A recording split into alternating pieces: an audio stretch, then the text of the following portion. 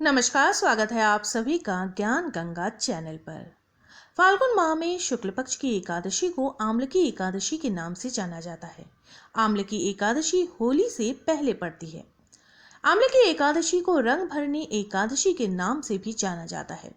आज के इस वीडियो में हम जानेंगे कि आम्लकी एकादशी जो कि 25 मार्च 2021 को है, उस दिन एकादशी की तिथि क्या रहेगी, पूजन की विधि क्या है, पारण का समय क्या रहेगा, द्वादशी समाप्ति समय क्या है और क्या है कथा।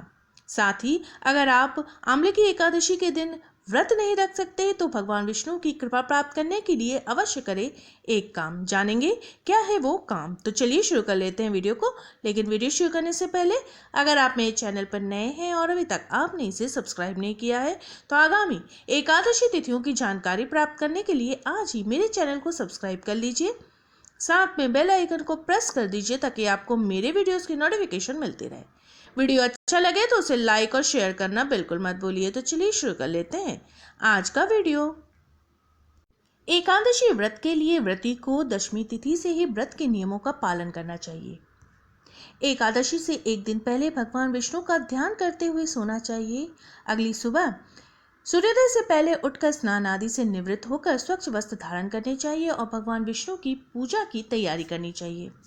इसके लिए भगवान विष्णु की प्रतिमा ले उसके समक्ष अपने हाथ में तिल, कुश, मुद्रा और थोड़ा सा जल लेकर व्रत का संकल्प करें। एकादशी व्रत भगवान विष्णु की कृपा प्राप्त करने एवं मोक्ष प्राप्ति के लिए किया जाता है। व्रत का संकल्प लेने के पश्चात भगवान की पूजा करने के बाद इस दिन आंवले के पेड़ की भी पूजा अवश्य करनी चाहिए। आंवले के पेड़ की पूजा करने के लिए आंवले के पेड़ के चारों तरफ सफाई कर ले और उसके आसपास गाय का गोबर लगाकर उस पर पवित्र जल को छिड़के। पेड़ की जड़ में वेदी बनाए और उसमें कलश की स्थापना करे। कलश में देवताओं को आमंत्रित करे, फिर दीपक जलाए। एकादशी के व्रत में फलाहार रखा जाता है। रात्रि पर भगवान विष्णु की आराधना की जाती है। फिर द्वादशी की सुबह को भगवान विष्णु की पूजा कर ब्राह्मणों को भोजन कराकर उन्हें दान दक्षिणा देने के बाद ही व्रत को खोला जाता है। आम्लकी एकादशी साल 2021 में 25 मार्च 2021 दिन गुरुवार को है। फाल्गुन शुक्ल एकादशी तिथि का प्रारंभ होगा 24 मार्च की सुबह 10:23 पर और समाप्ति होगी 25 मार्च की सुबह 9:47 पर। पारण का समय रहेगा 26 मार्च 2021 दिन शुक्रवार को सुबह 6:18 से 8:21 तक। पारण के लिए कुल अवधि रहेगी 2 घंटे 3 मिनट की। द्वादशी समाप्ति का समय रहेगा 26 मार्च 2021 दिन शुक्रवार को सुबह 8:21 पर। भगवान विष्णु को प्रसन्न करने के लिए आम्लकी एकादशी के दिन आंवले के वृक्ष पर जल चढ़ाएं, साथ ही हल्दी अर्पित करें। साथ ही आम्लकी एकादशी के दिन आंवले के पेड़ के नीचे बैठकर भगवान विष्णु की कथा पढ़ने से मां लक्ष्मी भी प्रसन्न होती है। इससे घर में कभी भी धन की कमी नहीं होती। आम्लकी एकादशी की कथा के अनुसार एक बार वैदिश नाम का नगर था जिसमें ब्राह्मण, क्षत्रिय, वैश्य और शूद्र चारों वर्ण आनंद सहित रहते थे। उस नगर में सदैव वेद ध्वनि गूंजा करती थी तथा पापी, दुराचारी तथा नास्तिक उस नगर में कोई नहीं था। उस नगर में चैतरथ नाम का चंद्रवंशी राजा राज करता था। वह अत्यंत विद्वान तथा धर्मी था। उस नगर में कोई भी व्यक्ति दरिद्र व कंजूस नहीं था।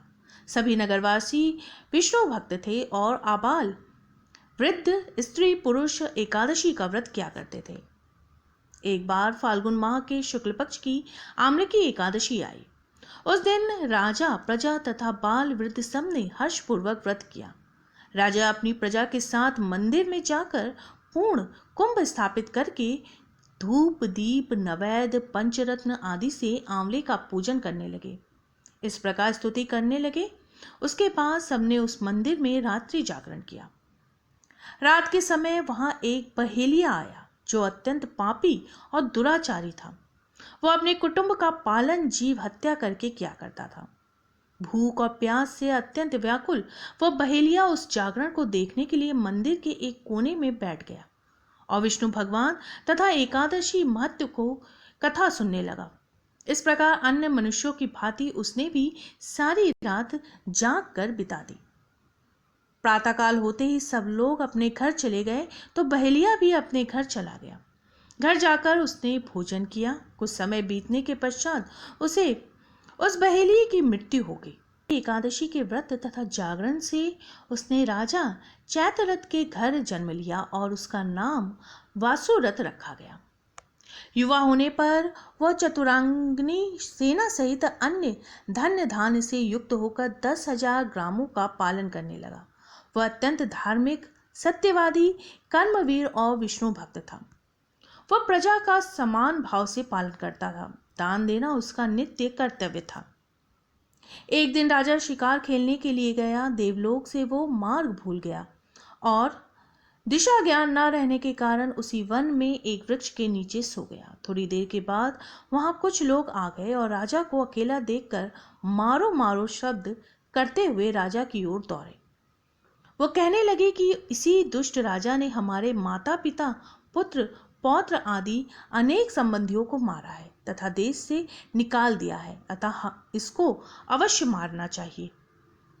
ऐसा कहकर वे उस राजा को मारने दौड़े और अनेक प्रकार के अस्त्र शस्त्र उसके ऊपर फेंकने लगे। वे सब अस्त्र शस्त्र राजा के शरीर पर गिरते ही नष्ट हो जाते और उनका वार पुष्प के समान प्रतीत होता।